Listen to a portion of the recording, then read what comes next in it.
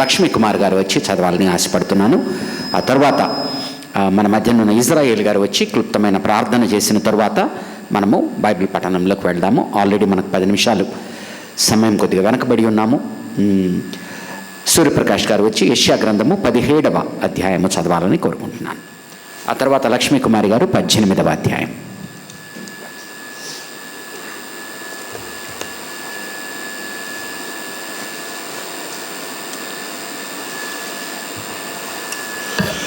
ప్రభు నామమునకు మహిమ కలుగును గాక. బైబిల్ స్టడీలో భాగంగా యెషయా గ్రంథం 17వ అధ్యాయము చదువుకుంటామండి. దయచేసి బైబిల్ తీసి చూడవలసిందిగా కోరుతున్నాను. యెషయా గ్రంథం 17వ అధ్యాయం మొదటి నుంచి చివరి వరకు. దమస్కును గూర్చిన దేవోక్తి. దమస్కు పట్టణము కాకపోవలసి వచ్చెను, అది పాడే దిబ్బగా నగును. అరోయేరు పట్టణములు నిర్మానుషములగును, అవి గొర్రెల మందలు మేయు తావులగును. ఎవడును వాటిని బెదిరింపకుండా మందలు అచ్చట పండుకొనును. ఎఫ్రాయిమునకు దుర్గము లేకపోవును, దమస్కునకు రాజ్యము లేకుండాను. ఇశ్రాయేలీయుల ప్రభావమునకు జరిగినట్లు సిరియాలో నుండి శేషించిన వారికి జరుగును. సైన్యములకు అధిపతికు యెహోవా ఈ మాట సెలవిచ్చుచున్నాడు. ఆ దినమున యాకోబు యొక్క ప్రభావము క్షీణించిపోవును, వాని క్రొవ్విన శరీరము కుసించిపోవును. చేను కోయువాడు దంట్లు పట్టుకొనగా వాని చేయి వెన్నులను కోయుకుండునట్లును. రెఫాయిము లోయలో ఒకడు పరిగె ఏరునట్లుండును. అయినను ఒలీవ చెట్లు దులుపగా పైకొమ్మ చివరను ఆ 2-3 పండ్లు మిగిలి ఉండినట్లు, ఫలభరితమైన చెట్టును వాలు కొమ్మల యందు 3-4 పండ్లు మిగిలి ఉండినట్లు దానిలో పరిగె పండ్లుండునని ఇశ్రాయేలీల దేవుడైన యెహోవా సెలవిచ్చుచున్నాడు. ఆ దినమున వారు తమ చేతులు చేసిన బలిపీఠముల తట్టు చూడరు. దేవతా స్తంభమునైనను సూర్యదేవత ప్రతిమములైనను తమ చేతులు చేసిన దేనినైనను లక్ష్యము చేయరు. మానవులు తమ్మును సృష్టించిన వారి వైపు చూతురు. వారి కన్నులు ఇశ్రాయేలు యొక్క పరిశుద్ధ దేవుని లక్ష్యపెట్టును. ఆ దినమున ఎఫ్రాయిమీయుల బలమైన పట్టణములు ఇశ్రాయేలీయుల బలము చేత అడవిలోను కొండ శిఖరము మీదను జనులు విడిపోయిన స్థలముల వలె నగును. ఆ దేశము పాడగును. ఏలైనగా నీవు నీ రక్షణకర్తయకు దేవుని మరచిపోతివి. నీ ఆశ్రయదుర్గమైన నీ శైలమును జ్ఞాపకము చేసుకొనలేదు. అందుచేత నీవు రమ్యమైన వనములను నాటుచూ వచ్చితివి. వాటిలో అన్యమైన ద్రాక్షావల్లులను నాటితివి. నీవు నాటిన దినమున దాని చుట్టూ కంచె వేసితివి.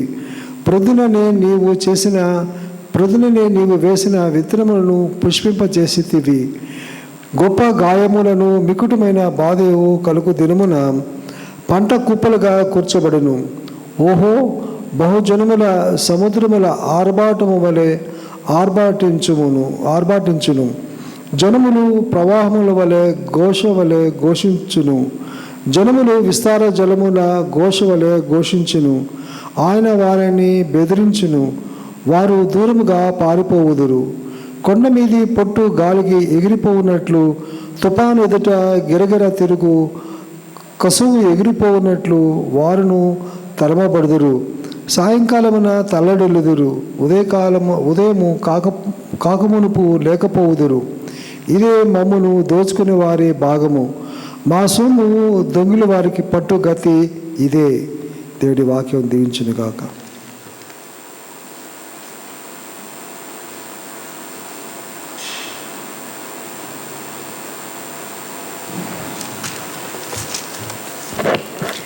ఈరోజు కొరకు ఏర్పాటు చేయబడిన పాత నిబంధన పాఠ్యభాగము యెషయా గ్రంథము 18వ అధ్యాయము. ఓహో, కూషు నదుల అవతల తటతట కొట్టుకొంచున్న రెక్కలు గల దేశమా, అది సముద్ర మార్గముగా జలముల మీద జమ్ము పడవల్లో రాయబారులను పంపుచున్నది.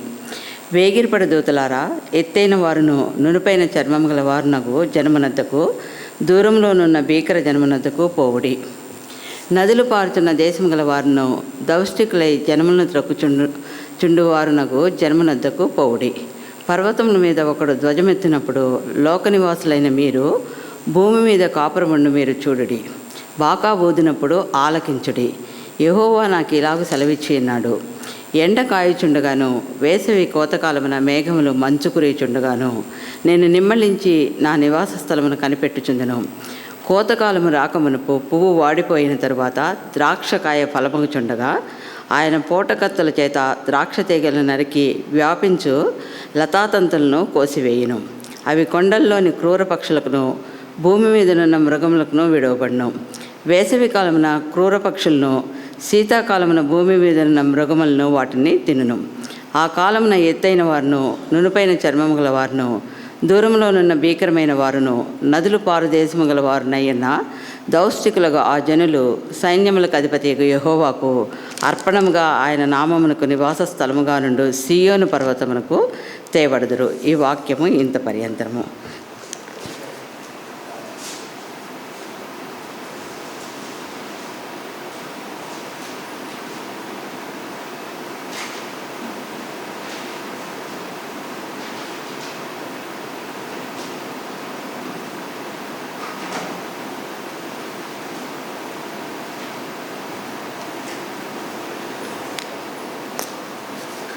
ప్రార్థన చేసుకుందాము. దయచేసి కళ్ళు మూసుకునండి.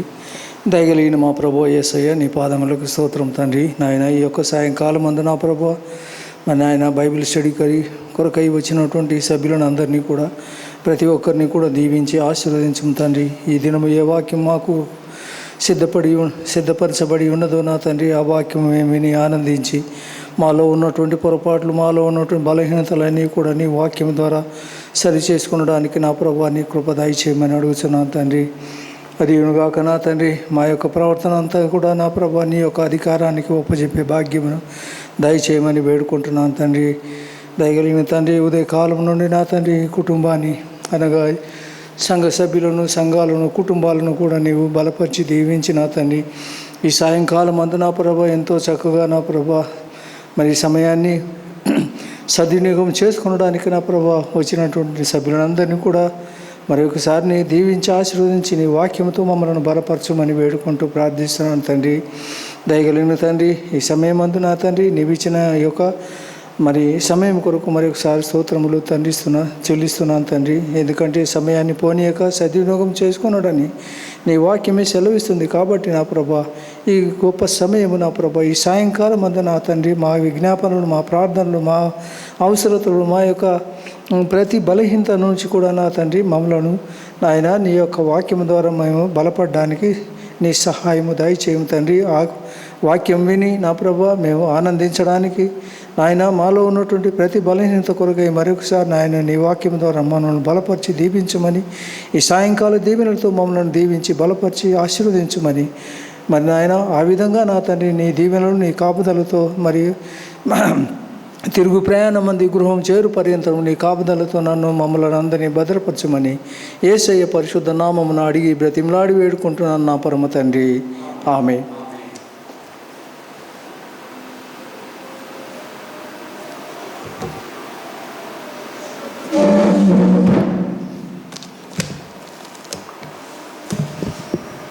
Praise the Lord. అందరికి కూడా మరి సమయంలో వాక్యము చదివిన వారికి, ప్రార్థన చేసిన వారికి దేవుని నామమున శుభములు. మనము 17, 18 అధ్యాయాలు ఈ దినము ధ్యానిస్తూ ఉండగా యెషయా గ్రంథము 17వ అధ్యాయము, 18వ అధ్యాయము. 17, 18 అధ్యాయాలలో 4 దేశాల గురించి మాట్లాడుతూ ఉన్నాడు.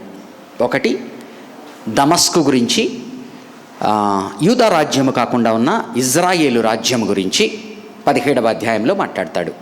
18వ అధ్యాయంలో ఐగుప్తు గురించి, అష్షూరు గురించి మాట్లాడుతూ ప్రవచనాలు పలుకుతూ ఉన్నాడనమాట. 17వ అధ్యాయం చూద్దాం. యెషయా గ్రంథము 17వ అధ్యాయము. దమస్కును గూర్చిన దేవోక్తి. దమస్కు పట్టణము కాకపోవలసి వచ్చెను, అది పాడై దిబ్బగానుగను, అరయేరు పట్టణములు నిర్మానుష్యములుగాను, అవి గొర్రెల మందలు మేయు తావులగును, ఎవడునూ వాటిని బెదిరింపకుండా మందలు అచ్చట పండుకొండును. ఎఫ్రాయిమునకు దుర్గము లేకపోవును, దమస్కునకు రాజ్యము లేకుండును. ఇజ్రాయేలీయుల ప్రభావమునకు జరిగినట్లు సిరియాలో నుండి శేషించిన వారికిని జరుగును. సైన్యములకు అధిపతియగు యెహోవా ఈ మాట సెలవిచ్చి ఉన్నాడు అంటున్నాడు. మనం గనక 7వ అధ్యాయంలో గనక చూస్తే ఇదే దమస్కు పట్టణము, సిరియా పట్టణము, ఈ ఇజ్రాయేలు వారు కలిసి యూదా పట్టణం మీదకి దండెత్తిచ్చినట్టుగా చూస్తాము. కాబట్టి ఈ యొక్క 3 వచనాల్లో ఏం చెప్తూ ఉన్నాడు అంటే, లోకానుసారమైన అలయన్సెస్, లోకానుసారమైన పొత్తులు పనికిరావు అని చెప్తూ ఉన్నాడు. వారు ఎంత చేసినా కూడా దేవునికి విరుద్ధముగా నిలబడేటువంటి పనులు చేసినవన్నీ కూడా వ్యర్థపరచబడతాయి, వాడి పట్టణాలు నాశనమైపోతాయి, వారి ప్రభావం కాస్త తగ్గిపోతుంది అంటున్నాడు. దమస్కు గుర్చిన దేవోక్తి, దమస్కు పట్టణము కాకపోవలసి వచ్చెను, అది పాడై దెబ్బగాను. అనగా ఒకనాడు ప్రభావంతో కూడి ఉన్న ప్రదేశాలు ఇప్పుడు శిథిలాలుగా తయారైపోయినాయి. దానికి గల కారణం ఏంటి అంటే వరల్డ్లీ అలయన్సెస్, అనగా లోకానుసారమైన దేవుని మీద ఆధారపడకుండా ఉండేటువంటి పొత్తులు. అరయేరు పట్టణములు నిర్మానుష్యములగును, అవి గొర్రెల మందల మేయు తావులగును. ఎవడును వాటిని బెదిరింపకుండా మందలు అచ్చట పండుకొనును. ఒక శిథిలమైన ప్రదేశంలో ఏ విధంగా అయితే మనుషులు తిరగడం కన్నా కూడా అడవి జంతువులు వచ్చి ఉంటాయో ఆ స్థితికి చేరుతుంది. ఎఫ్రాయిమునకు దుర్గము లేకపోవును. వాళ్ళకి వాల్డ్ సిటీస్, అలా దేశాలలో కొన్ని ప్రాకారములు కలిగిన పట్టణాలు ఉంటాయి, కొన్ని ప్రాకారము లేకుండా ఉండేటువంటి పల్లెల లాంటివి ఉంటాయి. ఒకనాడు ప్రాకారము గమనించామంటే ఎఫ్రాయిము, మనష్షే, ఇవన్నీ ఈ గోత్రాలన్నీ కూడా ముందు ద్వితీయోపదేశకాండంలో ఎక్కడెక్కడైతే ప్రాకారము గల దేశాలు ఉన్నాయో అవన్నీ వీరు వశపరుచుకున్నవారు. కాబట్టి ఈరోజు వారి పరిస్థితి ఏమైంది అంటున్నాడంటే, ఎవరివో ప్రాకారములున్న ప్రదేశాలను, పట్టణాలను హస్తగతము చేసుకున్నారు దేవుడు వారితో తోడుగా ఉన్నప్పుడు. ఇప్పుడు వారికి ప్రాకారము కలిగిన పట్టణాలు శిథిలాలైపోయే పరిస్థితికి వచ్చింది.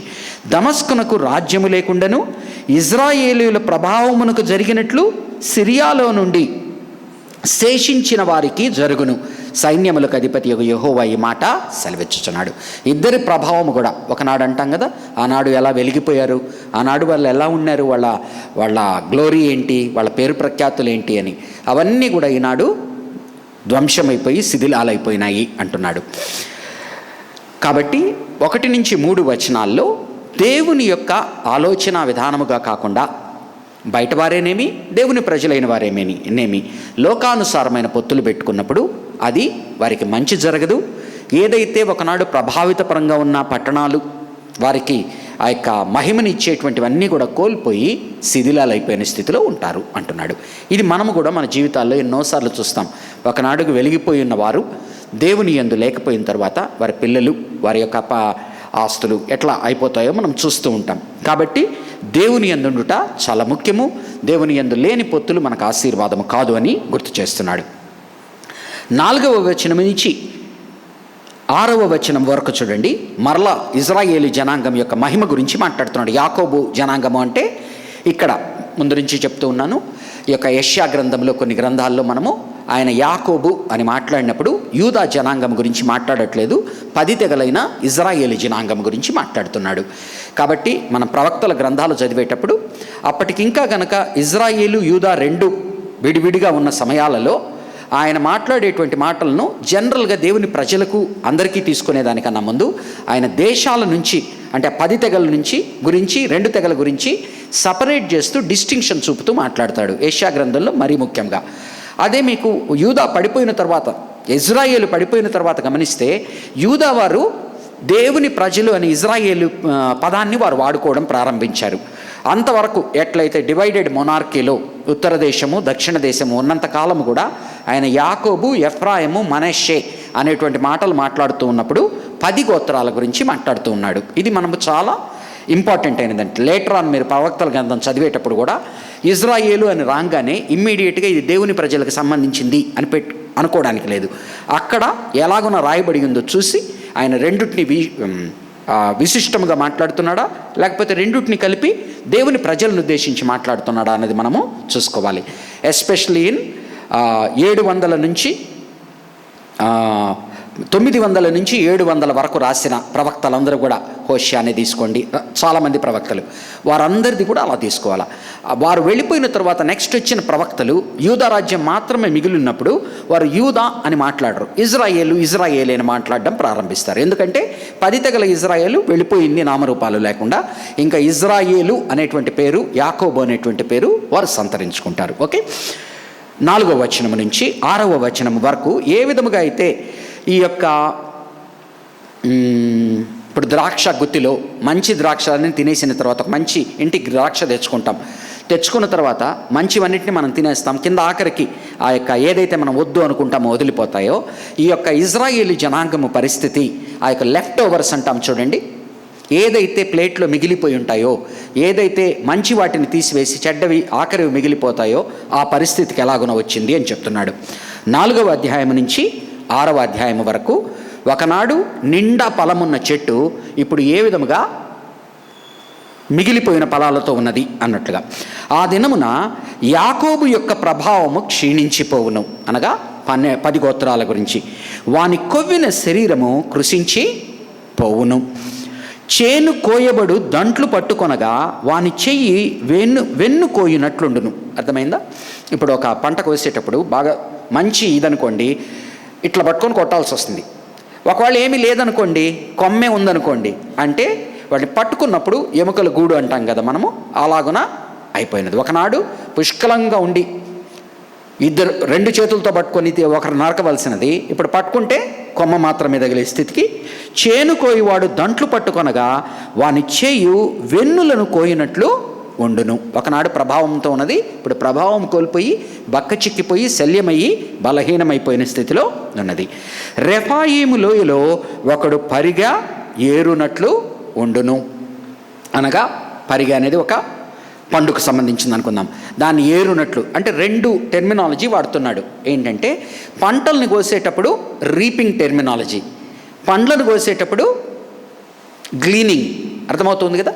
పైరు చేను మీకు బాగా తెలిసి ఉంటుంది, వ్యవసాయం తెలిసిన వారికి. మరి పైరు చేను కోసేటప్పుడు ఎలాగనైతే మిగిలిన కొరవ అని మాట్లాడుతున్నామో, అలాగనే పండ్లను దూలగొట్టేటప్పుడు గ్లీనింగ్స్ అంటాం కదా, ఆ రెండింటిని వాడుతున్నాడు టెర్మినాలజీ. రెఫాయిము లోయలో ఒకడు పరిగె ఏరునట్లు ఉండును, ఆయనను ఒలీవ చెట్లు దులపగా పైకొమ్మ చివరను 2-3 పండ్లు మిగిలి ఉండునట్లును, ఫలభరితమైన చెట్టున వాలు కొమ్మల యందు 3-4 పండ్లు మిగిలి ఉండునట్లును దానిలో పరిగ పండ్లుండునని ఇజ్రాయేలీయుల దేవుడు అయిన యెహోవా సెలవిచ్చుచున్నాడు. అనగా 2 విధాలుగా మనం దీన్ని అర్థం చేసుకోవాలి. ఒకటి ఏంటి అంటే, ఒకనాడు సస్యశ్యామలముగా ఉన్నది, ఇప్పుడు ఏమీ లేకుండా శిథిలమైన స్థితికి వచ్చింది. ఆ మాట వాడుతున్న ప్రతిసారి దాన్ని ఏమంటారంటే రెమనెంట్ థియాలజీ అంటారు. శేషము అనే మాట వచ్చేటువంటి అర్థం అన్నమాట. శేషము అని వచ్చిన మాట వచ్చిన ప్రతిసారి మనం గుర్తు చేసుకోవాల్సింది ఏంటంటే, ఒకనాడు 500 మంది ఉన్నారు, ఈనాడు చూడండి ఎలా అయిపోయారో 100 మంది అయిపోయారు. అనగా తీర్పు. అమ్మా 100 మంది అన్నా మిగిలారు, కృప. సో రెమనెంట్ థియాలజీలో రెమనెంట్ శేషము గురించి ప్రవక్తలు మాట్లాడిన ప్రతిసారి ఒకనాడు ప్రభావితముగా ఉన్నది శిథిలమైన అయిపోయినప్పుడు 500తో 100 పోల్చినప్పుడు 50 మిగిలిపోయిన దాంతో పోల్చినప్పుడు అది ఎలాగన తీర్పును సూచిస్తుందో అలాగనే దేవుని కృప ఉన్నది కనుక కనీసం 50 అన్నా మిగిలి ఉన్నాయి. సో దాన్ని రెమనెంట్ థియాలజీ అంటారు. శేషము దేవుడు మాట్లాడే ప్రతిసారి తీర్పు, ఆయన తీర్పులో ఆయన కృప దాగి ఉన్నది. ఓకే, 7వ వచనం నుంచి 8వ వచనం వరకు ఇదంతా కూడా ఎందుకు జరిగింది అని చెప్తున్నాడు. ఈ యొక్క అధ్యాయాన్ని కానీ 2 అధ్యాయాలను అర్థం చేసుకోవడానికి కీలకమైన వచనం ఏంటంటే 10వ వచనం. ఒకసారి చూద్దాం, చూడండి. ఏలయనగా నీవు నీ రక్షణకర్తయగు దేవుని మరచిపోతివి, నీ ఆశ్రయ దుర్గమైన నీ శైలమును జ్ఞాపకము చేసుకొన లేదు. అందుచేత కాబట్టి ఈ యొక్క అధ్యాయాలని, ఈ 2 అధ్యాయాలను అర్థం చేసుకునేటప్పుడు కానీ అసలు ప్రవక్తల గ్రంథాలు అర్థం చేసుకునేటప్పుడు అంతా కూడా ఏంటంటే, వారు దేవునిని మొదటి స్థానం ఇవ్వకుండా దేవునిని 2వ స్థానం ఇచ్చి దేవతలు అని బయట ఏవైతే పేరుగాంచబడి ఉన్నాయో వాటిని ప్రత్యక్షంగానో పరోక్షంగానో వెంబడిస్తూ ఉన్నవారిని, మాట్లాడుతూ ఉండే మాటలు. తర్వాత ఆశ్రయదుర్గము. ఒకనాడు వీరికి దేశమే లేనప్పుడు ఆయన కోట, కొండ, దుర్గము ఆ శైలిగా ఉన్నాడు. ఈనాడు వీళ్ళకి కోట కలిగిన, ప్రాకారము కలిగిన పట్టణాలు అయితే వచ్చాయి, కానీ ఆయనను ఆశ్రయదుర్గముగా చేసుకోకుండా ఉన్నారు. టెర్మినాలజీ, 2 టెర్మినాలజీ ఏంటి అంటే, రక్షణకర్తయగు దేవుడు అనగా రక్షించేవాడు దేవుడే, దేవతలు గారు. తర్వాత ఈ కోటలు ప్రాకారాలను నమ్ముకోవడం కాదు, దేవునిని ఆశ్రయదుర్గంగా చేసుకోవడము. అలాగ చేసుకొని ప్రజల పరిస్థితి ఏంటి? 7-8 వచనాల్లో ఏమంటున్నాడంటే, ఇదంతా జరుగుతున్నది అటు దమస్కు కానివ్వండి, దమస్కు అనగా అన్యదేశమైన సిరియా పట్టణపు రాజధాని దమస్కు. ఇజ్రాయేలీ జనాంగమానంగా, యాకోబోనంగా 10 తెగలు. ఈ 10 తెగలు కానీ బయటనున్న వారికి కానీ ఒకటే, దాన్ని ఏమంటారు, సింగిల్ ఫేట్, ఒకటే విధి వరకు ఎందుకు సంభవించింది అంటే, ఆ దినమున వారు, 7వ వచనం, ఆ దినమున చూడండి, 4వ వచనములో ఆ దినమున, 7వ వచనములో ఆ దినమున, ఆ దినమున వారు తమ చేతులు చేసిన బలిపీఠముల తట్టు చూడరు. ఎప్పుడైతే మనకు బుద్ధి వస్తుందో, దేవుడు మనల్ని చాలాసార్లు శిక్షణలో ఎందుకు పెడతాడు, కుమారుణ్ణి మనం ఎందుకు కొడతామో, నీవు బిడ్డని కొట్టినప్పుడు సామెతల గ్రంథంలో ఒక మాట ఉంటుంది, అధికమైన దెబ్బలు వాడిలోనున్న మూఢత్వమును వదలగొట్టును అని. అధికమైన దెబ్బలు వాడిలో ఉన్న తప్పులను తీయును అన్నట్టుగా.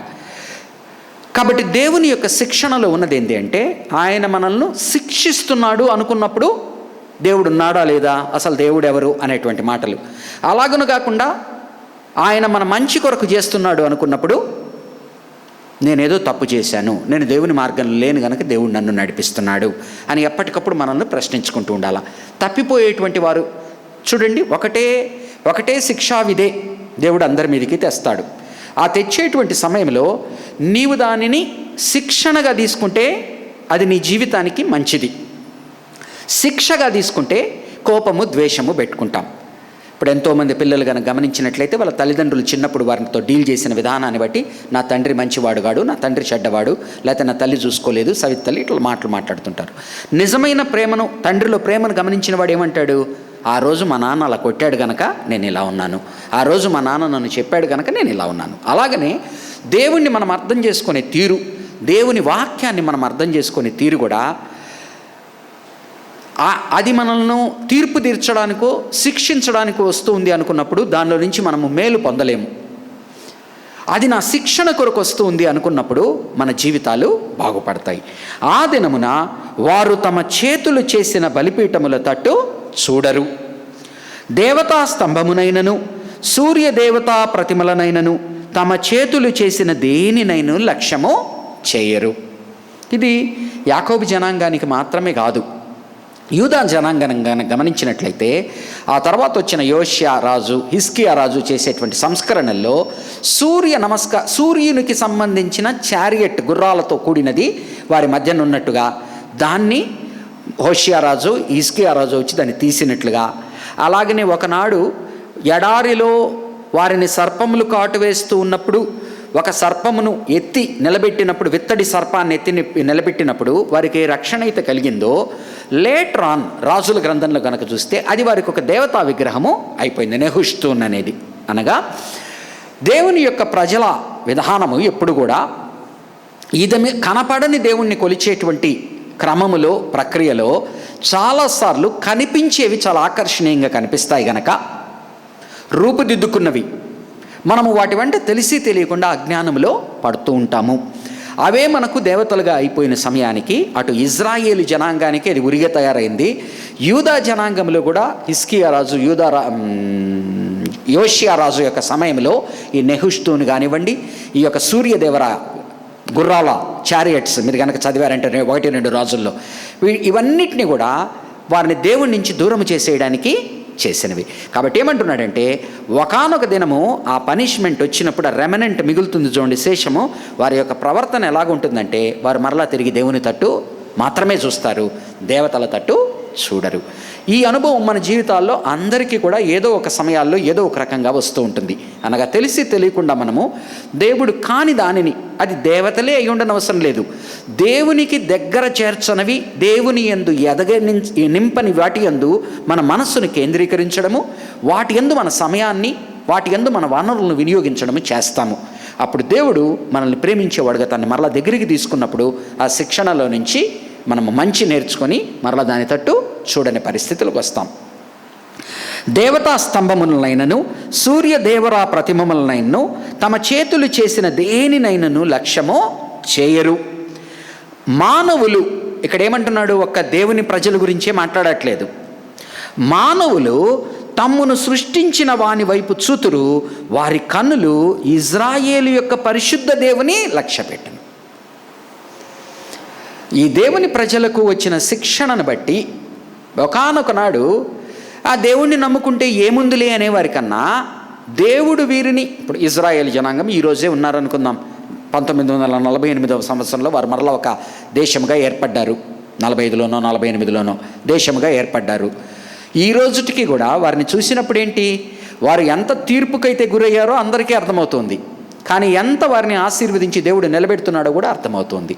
అందుకని ఈరోజు ఎవరు ఏం మాట్లాడినా, ఎప్పుడు యుద్ధం వచ్చినా కూడా ఇజ్రాయేలు వారైతే ఇలా చేసి ఉండేవారు, వారైతే వారు ఇలా ఉండేది, వారి యొక్క గూఢాచారులు అయితే ఇలా ఉండేవాళ్ళు, వారి సైన్యం అయితే ఇలా ఉండేది అని చెప్తున్నారు.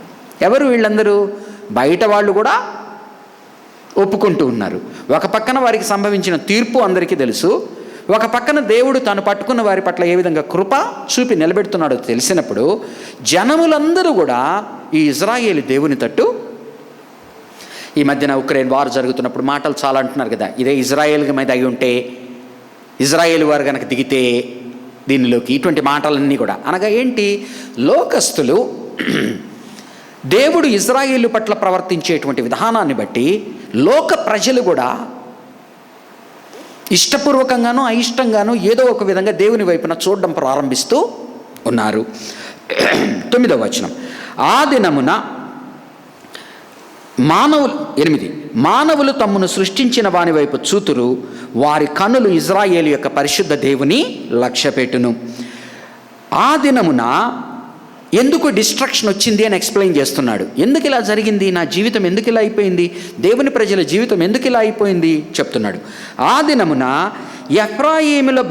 ఎఫ్రాయేమీయుల బలమైన పట్టణములు ఇజ్రాయేలీయుల భయము చేత అడవిలోను కొండ శిఖరము మీదను జనులు విడిచిపోయిన స్థలముల వలె నగును. ఎందుకు అవుతుంది?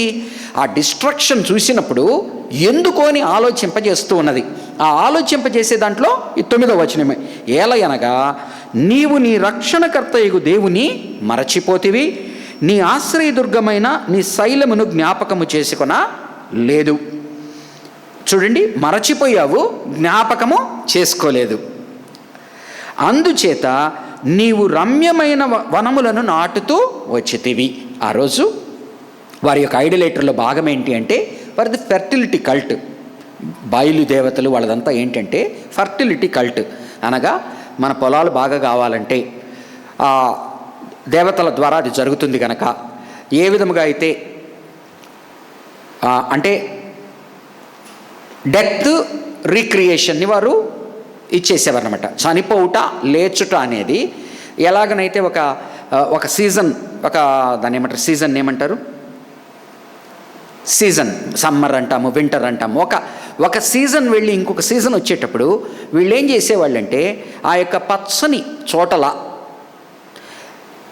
వీరు శయనించి రకరకాలుగా చేస్తూ దేవతలు ఈ విధముగా మరలా వారి యొక్క పంటలు ఇస్తారు అనేటువంటి విధంగా ఉండేవన్నమాట. వాటిలో అందుచేత నీవు రమ్యమైన వనములను నాటుతూ వచ్చితివి, వాటిలో అన్యమైన ద్రాక్షావల్లులను నాటితివి. అన్యమైన ద్రాక్ష అంటే దేవుడు కాని వాటిని తీసుకొచ్చి నీవు నాటిన దినమున దాని చుట్టూ కంచె వేసితివి. పొద్దుననే నీవు వేసిన విత్తనములను పుష్పింపజేసితివి. గొప్ప గాయములను మిక్కుటమైన బాధయు కలుగు దినమున పంట కుప్పలుగా కూర్చబడును. అనగా ఒకనాడు లోకమంతా కూడా ఈ లోకము నుంచి ఒక పంట కోసుకోవాలని ప్రయత్నిస్తూ ఉంటుంది. సాతాను తన పంట కోసుకోవడానికి ప్రయత్నిస్తూ ఉంటుంది.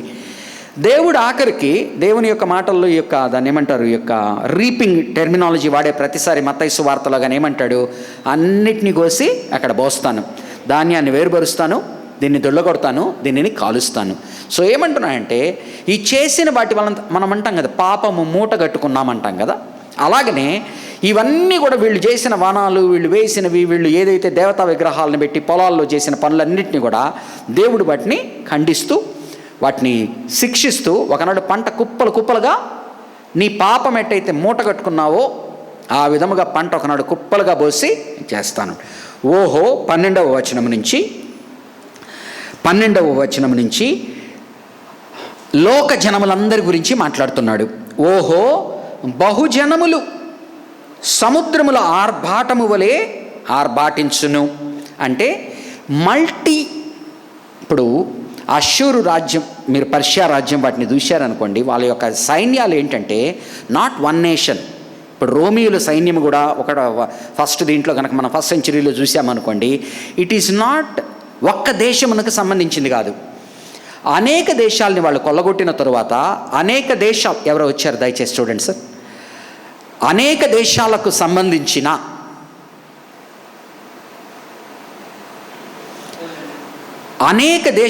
సంబంధించిన సైన్యాలను వాళ్ళు పెట్టుకుంటారు.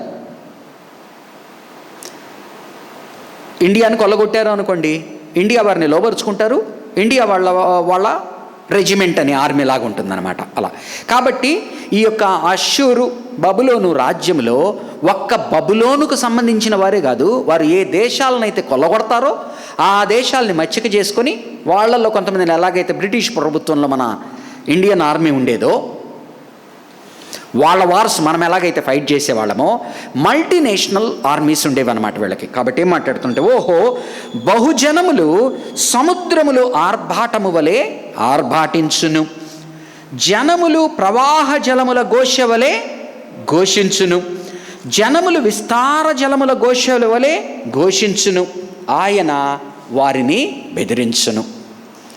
మనం కనుక సన్నాకరీబు సమయంలో కొంత దూరం పోయిన తర్వాత కనుక చూస్తే వచ్చి ఎన్నో ప్రగల్భమైన మాటలు మాట్లాడతాడు. నా సైన్యాన్ని చూసావా, నేను నిన్ను ఆ రాజ్యాన్ని నేను కొల్లగొట్టలేదా, ఈ రాజ్యాన్ని కొల్లగొట్టలేదా, ఆ దేవతను నేను పడగొట్టలేదా, నీవే పాటి వాడవు అని సన్నాకరీబు యొక్క అతని లాకీష్ అతనెవరు రబ్షాకే వచ్చి పెద్ద పెద్ద మాటలు మాట్లాడతాడు. కానీ దేవుడు ఏం చేస్తాడు, ఒకే ఒక మాట పంపిస్తాడు, వారి మధ్యకు ఒక వార్త వచ్చును, వాడు తోక ముడుచుకొని వెళ్ళిపోవును, వాడు మరలా ఇక తిరిగి నీ దగ్గరికి రాడు. సో మనుషులు 100 మాటలు మాట్లాడితే దేవుడు ఒక్క మాటతో ఆయన చేయాలనుకున్నది చేస్తాడు. వారు దూరముగా ఆయన వారిని బెదిరించును, వారు దూరముగా పారిపోదురు. మనం కనుక సన్నాకరీబు సమయంలో అష్షూరు రాజ్యం వెళ్ళి దండెత్తిన సమయము ఏ విధంగా ఒక్క రాత్రిలో ఎందుకు వెనక్కి వెళ్ళిపోయాడో కూడా ఇప్పటికీ ఎవరికీ తెలీదు. బైబిల్ గ్రంథం ఏం చెప్తుంది, ఒక దేవదూత వచ్చి 185,000 మందిని చంపేసింది అని రాయబడుతున్నది. ఏం జరిగిందో మనకు తెలియదు, దాని వెనక 185,000 మందిని ఒక్క దేవదూత చంపివేసింది అంటారు. రాత్రేమో ప్రగల్భాలు పలుకుతున్నాడు, పొద్దున ఏటప్పటికి లేకుండా వెళ్ళిపోతాడు. కబురు కూడా ఎక్కడి నుంచి వస్తుంది, అతను అసమ్మతి కలగజేసేది ఐగుప్తు వైపు నుంచి నీ మీద ఎవరో తిరగబడుతున్నారు అన్నప్పుడు ఇక్కడ ముడిచి అక్కడికి వెళ్తాడు. ఇక్కడ ఓటమి జరుగుతుంది, 185,000 మంది చనిపోతారు, వెళ్తాడు. వెళ్ళిన తర్వాత నేను మళ్ళా సెకండ్ వార్నింగ్ ఇస్తాడు హిజ్కియాకి, వెళ్తున్నాను చూసుకో జాగ్రత్త, నేను టెంపరీగా వెళ్తున్నాను, మళ్ళీ వస్తాను, నీ పని పడతాను అంటాడు. బైబిల్ గ్రంథంలో మనం కనుక రాజుల గ్రంథంలో యెషయా గ్రంథంలో 39లో పోయిన వాడు ఇంకా వెనక్కి తిరిగి రానే లేదు. రాకపోగా వాడు వెళ్ళి అక్కడ వాడి ఆలయంలో ప్రార్థన చేసుకుంటూ ఉంటే వారి కుమారులే అతన్ని చంపివేసిరి అని మాట్లాడతాడు. కాబట్టి దేవునికి విరుద్ధముగా ఉండేటువంటి వాటిని వారు ఎంత ప్రగల్భాలు బరికినా, ఎంత భేషజాలకు పోయినా, ఎంత ఆర్భాటాలు చూపినా దేవుని ఒక్క మాటతో వాటినన్నింటినీ తునాతునకలు చేసి పక్కన పెట్టివేస్తాడు. వారు దూరముగా పారిపోవుదురు. 13వ వచనం చదువుతున్నాను. కొండ మీది పొట్టు గాలికి ఎగిరిపోవునట్లు. వీళ్ళు వచ్చింది ఎట్లా, ఎటువంటి ఆర్మీ అంటే అటువంటి ఆర్మీగా వచ్చారు. కానీ చెదిరిపోయింది ఎలాగనా, కిందున్నదన చెదరడానికి కష్టం, గాలి కొట్టినప్పుడు కొండ మీద ఉన్నది ఎంత ఈజీగా చెదిరిపోతుంది. కొండ మీది పొట్టు వీళ్ళు ఏమనుకుంటున్నారు? చాలా బలిష్ఠులు అనుకుంటున్నారు. కానీ పొట్టులాగా ఎగిరిపోవునట్లు, తుపాను ఎదుట గిరగిర తిరుగు కసువు ఎగిరిపోవునట్లు. కసువు అంతా ఊడ్చిపెట్టిపోతాం. తుఫాన్ ట్విస్టర్ వస్తుంది, ఎట్లా తీసుకెళ్తుంది? అది కార్లని ట్రక్కుల్ని సైతం తీసుకెళ్ళిపోతుంది. కసువులాగా తీసుకెళ్ళిపోయిందంట. ఒకటేమంటున్నాడు? పొట్టు అంటే దేనికి పనికిరానిది. కసువు అంతా ఊడిచి ఒక పక్కన పెట్టినది. కసువు ఎగిరిపోవునట్లు వారును తరమ బడుదురు, సాయంకాలమున తల్లడిలుదురు, ఉదయము కాకమునుపు లేకపోదురు. మనం ఎన్నోసార్లు ఎన్నో ప్రాబ్లమ్స్కి మనం చాలా వరి అయిపోతూ ఉంటాం. ఎన్నోసార్లు మనము ఇది అవునా, ఇది జరుగుతుందా అనుకుంటాం. దేవుడు తలుచుకుంటే దానికి అంత గ్రౌండ్ సెటప్ చేసి పెడతాడు. ఒక రాత్రి ఒకలాగా ఉంటుంది, పొద్దున ఒకలాగా ఉంటుంది. మనం ఎన్నోసార్లు మన సంఘంలో ఎన్నోసార్లు చూసాం. నిన్న ఒకలాగా ఉంటుంది, పక్క రోజు అయ్యేటప్పటికి ఇంకోలాగా ఉంటుంది. సాయంకాలమున తల్లడిలుదురు, ఉదయము కాకమునుపు లేకపోవుదురు. ఇదే మమ్మును దోచుకొని వారి భాగము, మా సొమ్ము దొంగులు వారికి పట్టుగతి ఇదే. ఎవరైతే దేవుని యందు నమ్మిక కలిగి ఉన్నారో వాళ్ళు మాట్లాడుతున్న మాటలు ఏంటంటే, దేవుడు మాకిచ్చిన స్వాస్థ్యము, దేవుడు మాకిచ్చిన దానిని ఈ బయట వేరే వేరే దేశాలని పెట్టుకొని సైన్యాలు వచ్చి ఎన్ని మాటలు మాట్లాడినా, ఎన్ని వదరబోతు మాటలు మాట్లాడినా, దేవుని ఒక్క మాటతో రాత్రికి పొద్దునకి సీనే మారిపోతుంది. ఇదే మమ్మును దోచుకుని వారి భాగము. This is the fate of those who steel our blessings. మా సొమ్ము దొంగిలి వారికి పట్టుగతి ఇదే అంటున్నాడు. 18వ అధ్యాయం నుంచి 12వ వచనములో ఏమన్నాడు? 17వ అధ్యాయము 12వ వచనములో ఓహో బహుజనముల ఆర్భాటములు. ఇక్కడేమంటున్నాడు? ఓహో కూషు నదుల అవతల తటతట కొట్టుకొనుచున్న రెక్కలు గల దేశమా. ఇద్దరు దేశాల గురించి మాట్లాడుతున్నాడు. ఆ రోజు ఈజిప్షియన్ ఫారోస్ డైనాసిటీస్ ఎట్లంటే, ఒకానొక సమయంలో కొన్ని డైనాసిటీస్ నల్లబారాయిని. ఈరోజు మనం నీగ్రోస్ అంటాం కదా, ఇథియోపియన్ డైనాసిటీస్ అనమాట. వారి యొక్క శరీరం ఏ విధంగా ఉంటుంది? ఆ యొక్క నునుగు వాళ్ళకి వెంట్రుకలు తక్కువ ఉంటాయి, నునువుగా ఉంటుంది. అంటే ఇది మాట్లాడే సమయానికి ఐగుప్తు దేశపు ఫరో, ఈ యొక్క నల్ల ఫరో, ఐగుప్తు దేశపు ఫరోలు అందరూ కూడా తెల్లవారు కారు. డైనాసిటీస్ ఇథియోపియా నుంచి వచ్చిన నల్ల డైనాసిటీ. నల్ల అంటే తప్పుగా అర్థం చేసుకోకండి, అందులో బయటకు వెళ్ళేది మాట్లాడుతున్నాను. తెల్ల నల్ల అని అనగా మనం అనుకున్నట్టుగా ఈజిప్షియన్ అనగానే మనలాగా బ్రౌన్ తోలు తెల్లతోలు వారు కాదు. ఆ యొక్క ఐగుప్తు దేశము ఆ యొక్క ఆఫ్రికా కొన భాగంలో ఇథియోపియా కూడా అక్కడ ఉన్నది. ఈరోజు ఇథియోపియా బలహీనమైన ఇదిగా కనపడచ్చు, కానీ ఒకనాడు మనం పరిశుద్ధ గ్రంథంలో అపోస్తల కార్యంలో కనుక చూస్తే ఈ ఐగుప్తు రాణి యొక్క కోశాధికారి, కాందేశ రాణి యొక్క కోశాధికారి, ఆ యొక్క నపుంసకుడు గురించి మాట్లాడుతూ. కాబట్టి Egypt was ruled by many dynasties, by many pharaohs, and one amongst them there are some pharaohs, some dynasties which come from ఈ యొక్క లిబియా, ఇథియోపియా అంటాం కదా, నల్లబారు.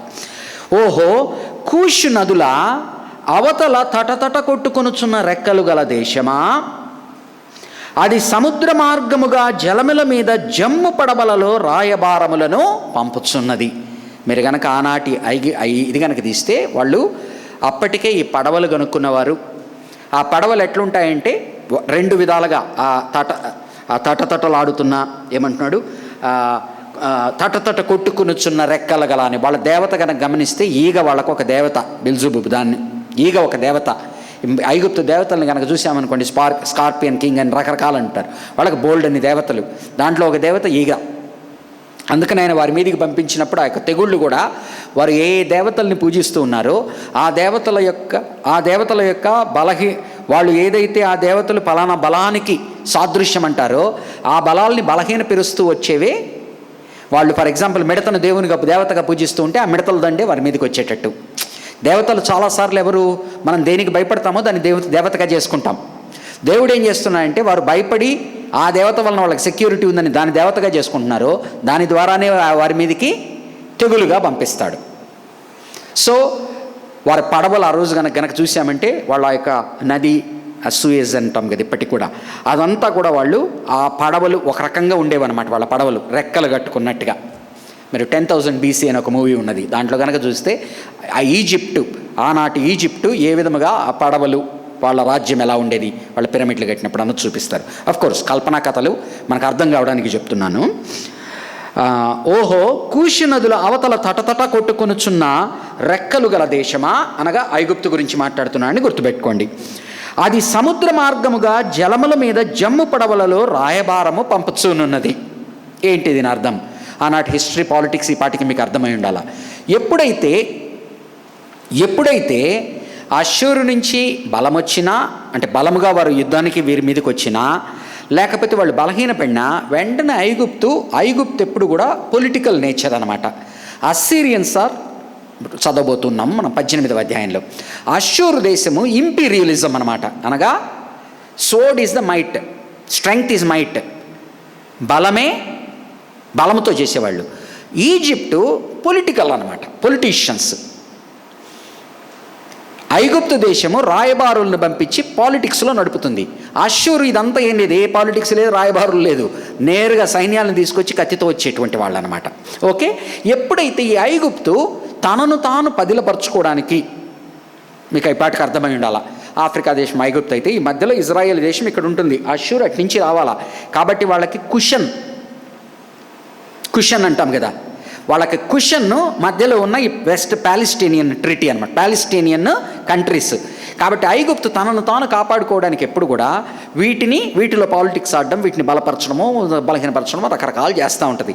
కాబట్టి ఇప్పుడు ఐగుప్తు తన రాయబారుల్ని పంపుతూ ఉన్నదనమాట.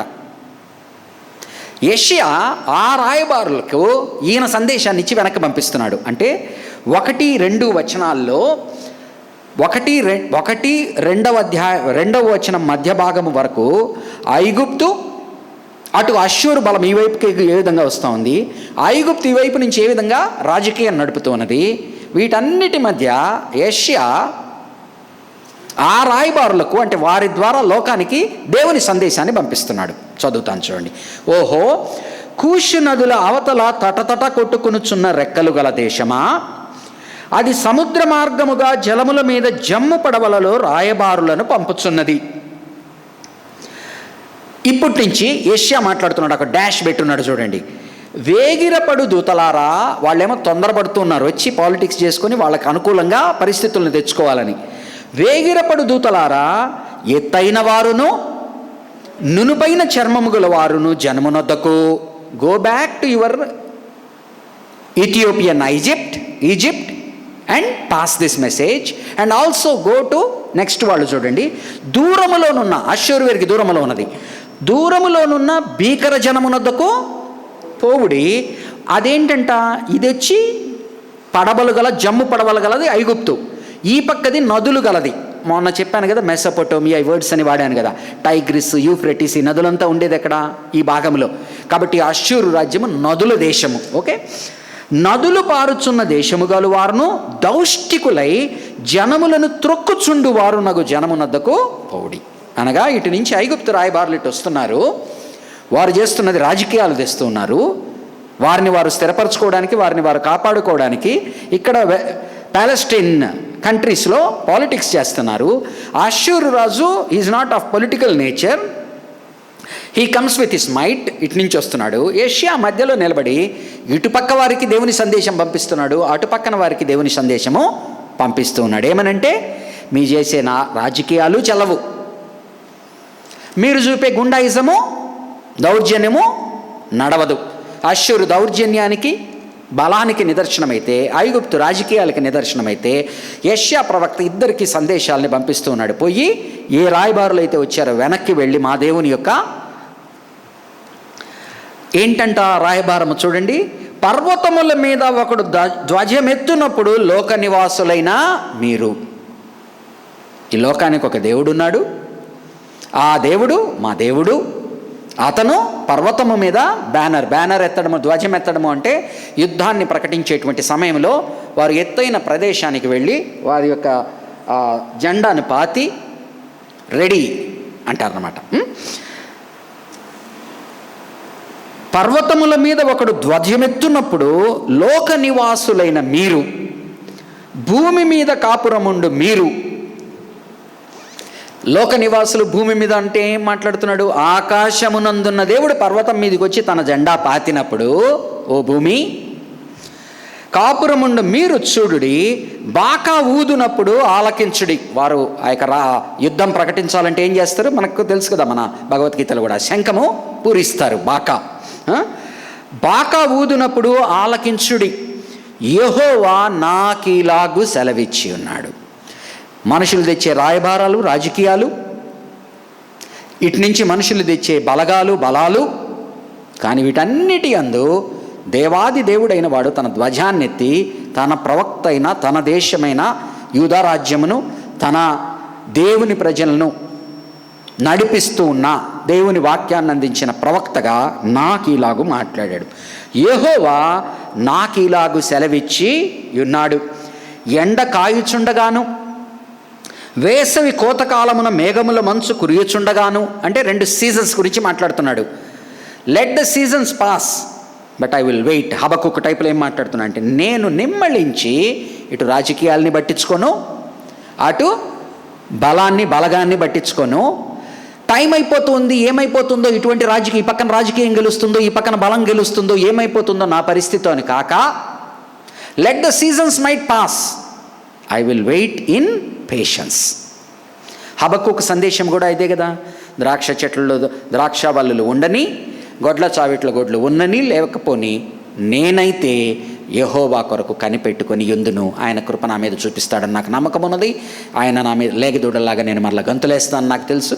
అలాగనే యెషయా ప్రవక్త ఏమంటున్నా అంటే, వాట్ ఎవర్ మైట్, ఇదంతా ఈ లోకంలో కూడా మనం గమనించవచ్చు. ఈరోజు ఈ రెండే కదా నడిచేది. అటు ఒక పక్కన రాజకీయాలు, ఒక పక్కన బలగము, దౌర్జన్యము. వీటన్నిటి యందు మనం ఏమైపోతాము? కలవరపడిపోయి ఇటో అటో వెళ్ళాలనుకుంటాం. యెషయా ఏమంటున్నాడంటే, యెషయా ముందర నుంచి ఒకటే మాట చెప్తున్నాడు, నిమ్మళించి ఊరకుండి చూస్తూ ఉండుము, ఇటు అటు వెళ్ళబాక దేవుని వైపున చూడుము.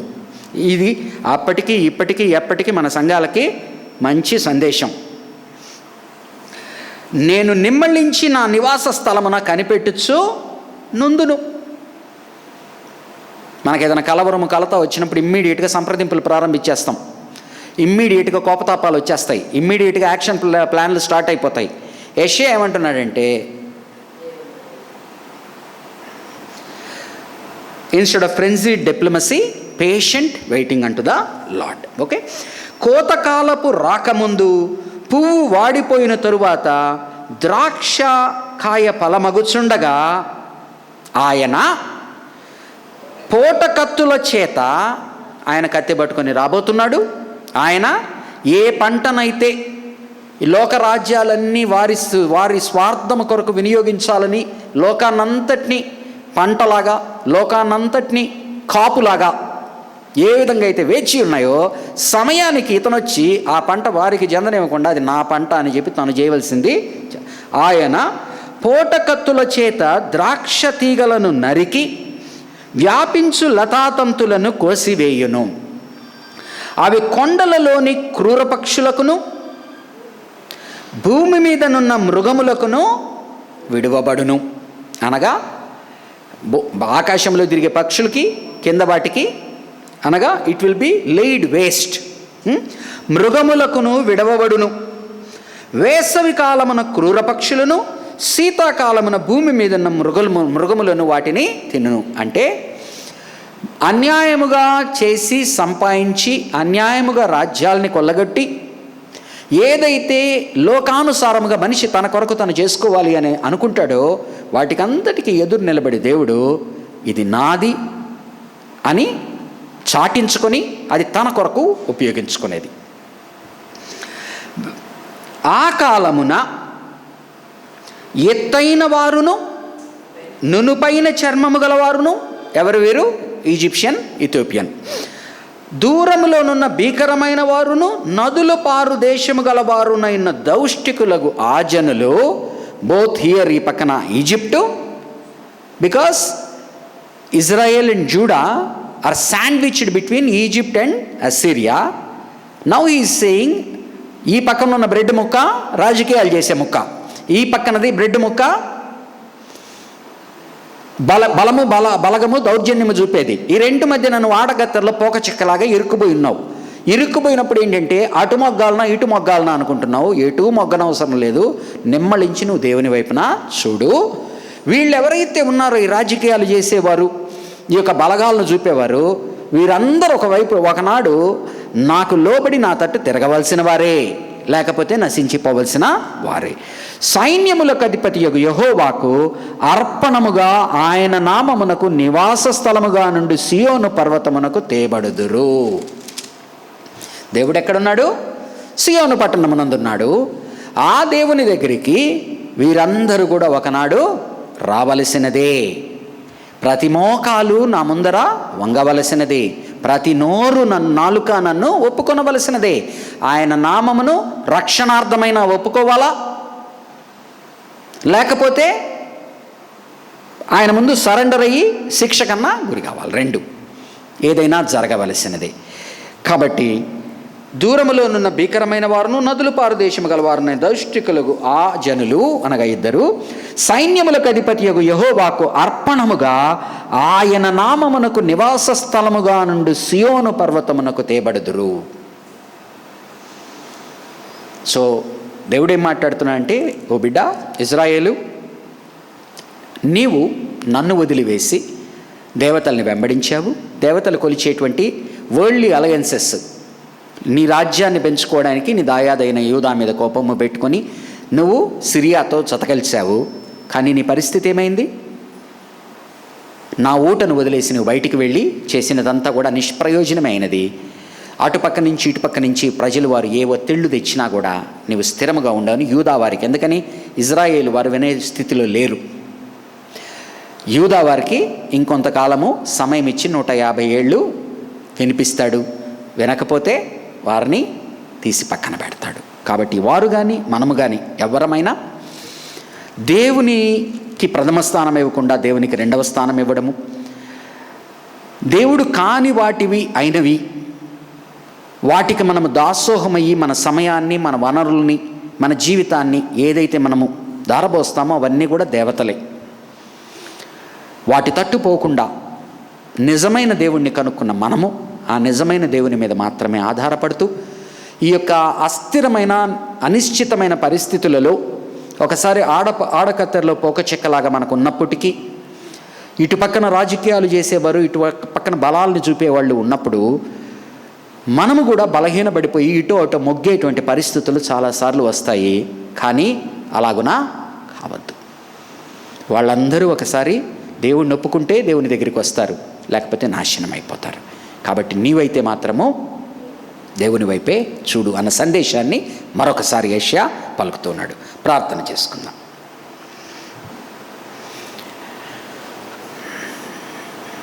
పరిశుద్ధమైన దేవానైనా నీ కృపగలిగిన హస్తాలకు మా యొక్క బైబిల్ స్టడీ ప్రోగ్రామ్ని నీ చేతుల్లో పెట్టుకుంటూ ఆది నుండి అంతము వరకు తోడుగా ఉండి నీవు నడిపించి యోనా గారి ద్వారా ఆయన ప్రభు మా మధ్యన స్వస్థత్వం నుండి నోరు తెరిచి నీ వాక్యముని చెప్పుటయే మరి ప్రభు గొప్ప అద్భుతం. దాన్ని బట్టి నీకు కృతజ్ఞతాస్తుతులు. మరి బైబిల్ స్టడీలో భాగంగా మరొకసారి 17-18 అధ్యాయాల ద్వారా నీవు తప్ప మరొక దేవుడు లేడని, మరి తండ్రి మేము ఆశ్రయించే ప్రతి ఒక్కటి మాకు ప్రభు దుఃఖము తెచ్చేది, అవమానము తెచ్చేది అని గుర్తు చేస్తూ, లోకమంతా కూడా నాయనా